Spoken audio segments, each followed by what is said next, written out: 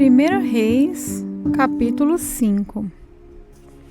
Hirão, rei de Tiro, sempre havia sido amigo de Davi. Quando soube que Salomão era o rei em lugar do seu pai, enviou embaixadores a ele.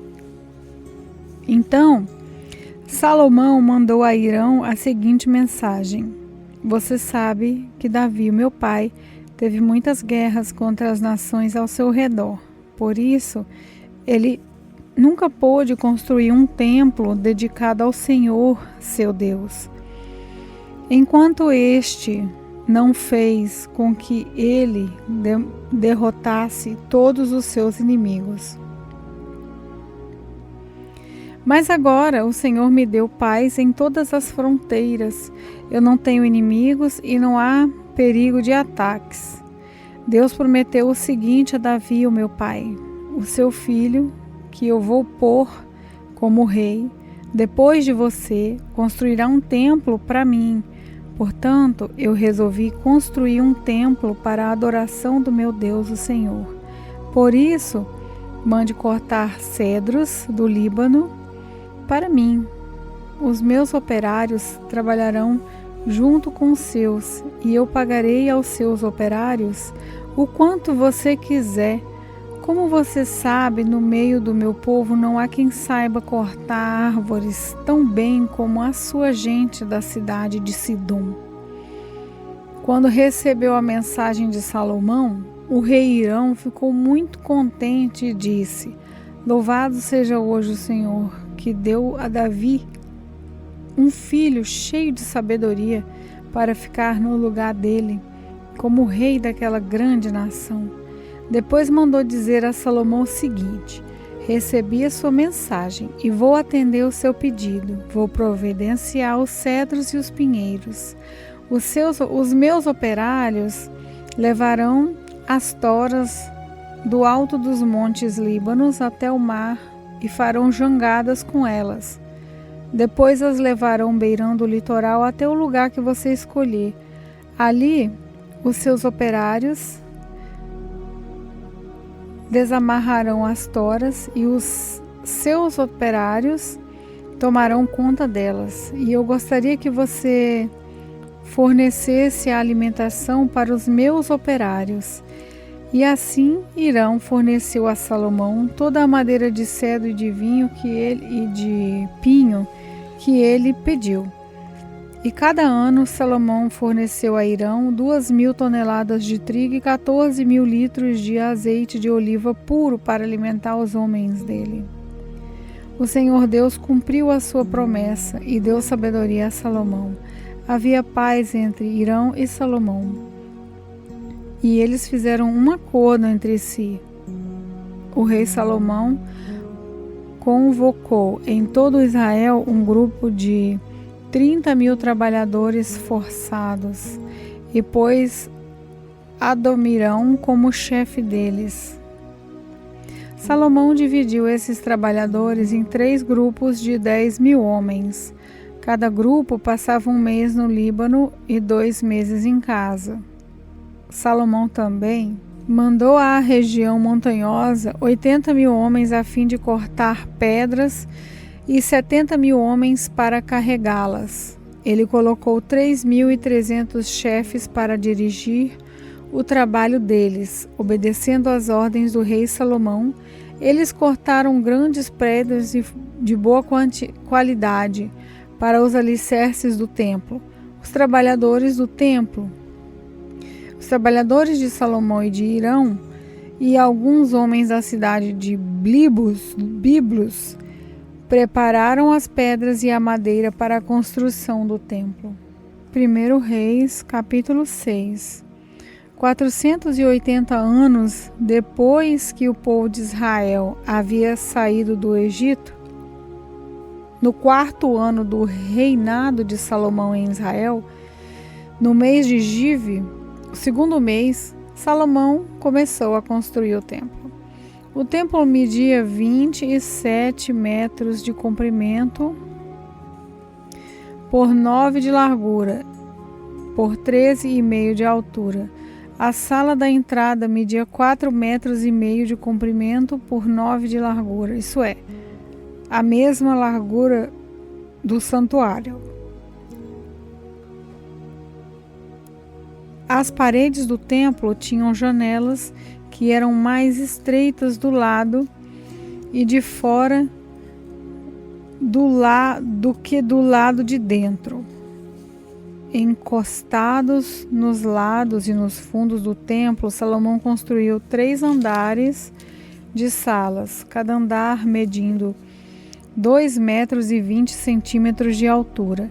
As salas do andar de baixo tinham 2,20 metros de largura e as do andar do meio tinham 2,70 metros de largura e as do andar de cima 3,10 metros de largura.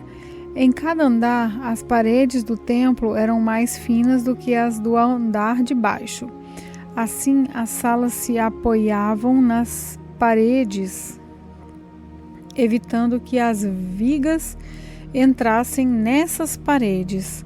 O templo foi construído com pedras que haviam sido preparadas nas pedreiras, para que assim, durante a construção, não se ouvisse o barulho de martelos, machados ou qualquer outra ferramenta. A entrada para as salas do altar, térreo, ficava do lado sul do templo, e havia escadas para subir ao 2º e ao 3º andares. E assim o rei Salomão terminou a construção do templo, colocando um forro feito de vigas e tábuas de cedro. Salomão construiu 3 andares, a sala encostadas nas paredes do templo e ligados com elas por meio de vigas de cedro. Cada andar media 2,20 metros de altura. O Senhor Deus disse a Salomão: se você obedecer a todas as minhas leis e mandamentos, eu farei por você aquilo que prometi a Davi, o seu pai. Viverei entre o seu povo de Israel nesse templo que você está construindo e nunca os abandonarei. E assim, Salomão terminou a construção do templo. As paredes do templo foram forradas por dentro com tábua de cedro, desde o chão até o teto, e o assoalho foi feito de pinho. Na parte de trás do templo foi construída uma sala interna, que foi chamada de Lugar Santíssimo. Ela media 9 metros de comprimento e era separada por uma divisão feita de tábuas de cedro, que iam desde o chão até o teto. O lugar santo, que ficava em frente ao Lugar Santíssimo, tinha 18 metros de comprimento. A forração de cedro era enfeitada com enfeites em forma de cabaças e de flores. Toda a parte de dentro da sala era revestida de cedro para que as pedras das paredes não ficassem aparecendo. Como já foi dito, na parte de trás do templo foi feita uma sala, o Lugar Santíssimo, para nela ser colocada a Arca da Aliança de Deus. Essa sala media 9 metros de comprimento por 9 de largura, por 9 de altura, e era toda revestida de ouro puro. O altar era revestido com tábuas de cedro. O lado de dentro do templo era revestido de ouro, e na entrada do Lugar Santíssimo foram colocadas correntes de ouro. Essa sala também era revestida de ouro. Todo o templo por dentro e também o altar do Lugar Santíssimo eram revestidos de ouro. Foram feitos 2 querubins de madeira de oliveira, os quais foram colocados no Lugar Santíssimo. Cada um deles media 4,40 metros de altura. E 2 querubins tinham o mesmo tamanho e a mesma forma. Cada um tinha 2 asas, e cada asa media 2,25 metros de comprimento. Assim, a distância da ponta de uma asa até a outra era de 4,5 metros. Os 2 querubins foram colocados no Lugar Santíssimo. Eles estavam de asas estendidas, de maneira que a asa de um tocava uma parede e a asa do outro tocava a outra parede. E no meio a asa de um tocava a asa do outro. Os 2 querubins eram folheados a ouro. As paredes do lugar santo e do lugar santíssimo eram todas enfeitadas com figuras entalhadas, representando querubins, palmeiras e flores. Até mesmo o assoalho das 2 divisões eram revestidos de ouro. Na entrada do lugar santíssimo foi colocada uma porta dupla, feita de madeira de oliveira. No alto, as obreiras formavam um arco em ponta. As portas eram enfeitadas com figuras entalhadas, representando querubins, palmeiras e flores. As portas e os querubins e as palmeiras eram folheadas a ouro. Para a entrada do lugar santo foram feitos batentes retangulares de madeira de oliveira. Havia 2 portas de 2 folhas que eram feitas de pinho, enfeitadas com figuras estampadas de querubim, palmeiras e flores, que também eram folheadas a ouro. Em frente ao templo foi construído um pátio interno, fechado por muros que tinham uma carreira de vigas de cedro para cada 3 carreiras de pedra. Os alicerces do templo foram colocados no mês de Ziv, o 2º mês, no 4º ano do reinado de Salomão. No 11º ano do reinado de Salomão, no 8º mês, o mês de Bu, o templo foi completamente terminado, exatamente como havia sido planejado. Salomão levou 7 anos para construí-lo. 1 Reis, capítulo 7. Salomão também construiu seu palácio e levou 13 anos para terminá-lo.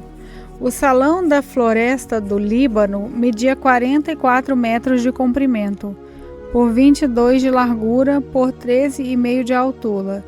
Ele tinha 3 fileiras de coluna de cedro, havendo 15 colunas em cada fileira, com vigas de cedro que se apoiavam nelas.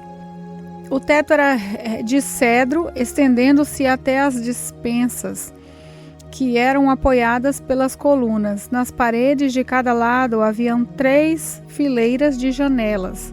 Todas as portas e todas as janelas eram quadradas e as 3 fileiras de janelas de cada parede ficavam exatamente em frente às fileiras de janela da parede do outro lado. O salão das colunas media 22 metros de comprimento por 13,5 de largura. Ele tinha um pórtico que era coberto e sustentado por colunas. A sala do trono, também chamada de salão do julgamento, onde Salomão julgava as questões, era forrada de cedro desde o chão até as vigas. Em outro pátio atrás da sala do trono ficava a sala onde Salomão morava. A casa onde Salomão morava. A construção era do mesmo estilo das colunas. Salomão também fez uma casa do mesmo tipo para sua esposa, a filha do rei do Egito. Todas essas construções e também o grande pátio foram feitos de pedras escolhidas, desde o alicerce até a beira do telhado. As pedras foram preparadas na pedreira e cortadas sob medida, sendo os lados de dentro e de fora cortados com serras. Os alicerces foram feitos com pedras grandes preparadas na pedreira. Algumas tinham 3,5 metros de comprimento e outras 4,5 metros de comprimento. Por cima delas haviam colocadas pedras caras cortadas sob medidas e vigas de cedro. O pátio do palácio, o pátio interno do templo e a sala da entrada do templo tinham paredes feitas com uma carreira de viga de cedro para cada 3 carreiras de pedras cortadas. O rei Salomão mandou buscar um homem chamado Hurã, um artífice que morava na cidade de Tiro e que era especialista em trabalhos de bronze. O seu pai, que já havia morrido, era de Tiro e também havia sido artífice especializado em bronze, e a sua mãe era da tribo de Naphtali. Hurã era um artífice inteligente e capaz. Ele aceitou o convite de Salomão e se encarregou de todo o trabalho em bronze. Hurã fundiu 2 colunas de bronze, cada uma com 8 metros de altura e 1,70 m de diâmetro, e as colocou na entrada do templo. Ele fez também 2 remates de coluna, cada um com 2,20 metros de altura, para serem colocados no alto das colunas. O alto de cada coluna era enfeitado com um desenho de correntes entrelaçadas e 2 carreiras de romã feitas de bronze. Os remates das colunas tinham o formato de lírios, mediam 1,80 m de altura e foram colocados numa parte redonda que ficava por cima do desenho de correntes. Em cada remate de coluna havia 200 romãs de bronze colocadas em 2 carreiras. Hurã colocou essas 2 colunas de bronze na frente da entrada do templo. A que ficava do lado sul se chamava Jaquim, e a que ficava do lado norte se chamava Boaz. Os remates das colunas em forma de lírios feitos de bronze estavam no alto das colunas. E assim foi terminado o trabalho das colunas. Hurã fez um tanque redondo de bronze com 2,20 metros de profundidade, 4,40 metros de diâmetro e 3,20 metros de circunferência. Ao redor da borda de fora do tanque havia 2 carreiras de cabaça de bronze que haviam sido fundidas todas em uma só peça junto com o tanque. O tanque que apoiava sobre as costas de 12 touros de bronze que olhava para fora. 3 olhavam para o norte e 3 olhavam para o oeste. 3 olhavam para o sul, os 3 olhavam para o leste. A grossura das paredes do tanque era de 4 dedos. A sua borda era como a borda de um copo, curvando-se para fora como as pétalas de um lírio. A capacidade do tanque era de mais ou menos 40.000 litros. Hurã fez também carretas de bronze. Cada uma media 1,80 m de comprimento e 1,80 m de largura e 1,30 m de altura. Elas foram feitas de painéis quadrados que eram montados em molduras. Esses painéis haviam figuras de leões, touros e querubins, e nas molduras, acima e abaixo dos leões e dos touros, havia desenhos de espirais em relevo. Cada carreta tinha 4 rodas de bronze, com eixo de bronze. Nos 4 cantos havia apoios de bronze para uma bacia. Os apoios eram enfeitados com figuras de espirais em relevo. No alto havia uma guarnição redonda para a bacia. Essa guarnição passava 45 centímetros para cima do alto da carreta e 18 centímetros para baixo, para dentro dela. Ao redor dela havia entalhes. As rodas tinham 67 centímetros de altura. Elas ficavam debaixo dos painéis e os eixos eram feitos em uma só peça com as carretas. As rodas eram como as rodas de uma carruagem e os seus eixos, bordas, raios e o seu cubo eram todos de bronze. Havia 4 apoios nos cantos, debaixo de cada carreta, os quais formavam uma só peça com a carreta. Havia uma braçadeira de 22 centímetros ao redor do alto de cada carreta. Os seus apoios e os painéis formavam uma só peça com a carreta.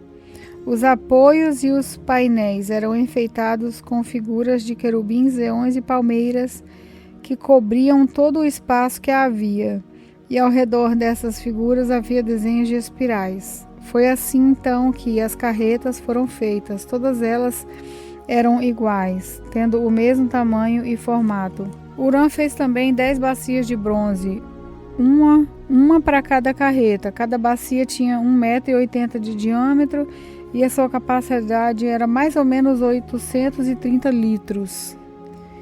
Ele colocou 5 carretas no lado sul do templo e as outras 5 no lado norte. O tanque ele colocou no canto sudeste. Hurã fez também caldeirões, pás e bacias, e assim terminou todo o trabalho encomendado pelo rei Salomão para o templo do Senhor. Essa é a lista do que ele fez. 2 colunas, 2 remates em forma de taças que ficavam em cima das colunas, desenhos de correntes entrelaçadas em cada remate, 400 romãs de bronze em 2 carreiras de 100. Ao redor do desenho de cada remate, 10 carreiras, 10 bacias, um tanque, 12 touros que sustentavam o tanque, caldeirões, pás e bacias. Todos os objetos destinados ao templo que Hurã fez para o rei Salomão eram de bronze polido. O rei mandou que tudo fosse feito na fundição entre Sucote e Sartã, no vale do Rio Jordão. Salomão não mandou pesar esses objetos de bronze porque eram muitos e por isso seu peso nunca foi calculado. Salomão também mandou fazer para o templo os seguintes objetos de ouro: o altar, a mesa para os pães oferecidos a Deus, os 10 castiçais que ficavam em frente ao lugar santíssimo, 5 no lado sul e 5 no lado norte, as flores, as lamparinas e as tenazes, as taças, as tesouras que cortam pavio da lamparina, as bacias, os pratos para o incenso e os braseiros, as dobradiças para as portas do lugar santíssimo e para as portas do templo que davam para fora. Todos esses objetos foram feitos de ouro. Quando o rei Salomão terminou todo o trabalho do templo, colocou na sala do tesouro do templo todas as coisas que Davi, seu pai, havia separado para o Senhor Deus. Isso é, a prata, o ouro e outros objetos.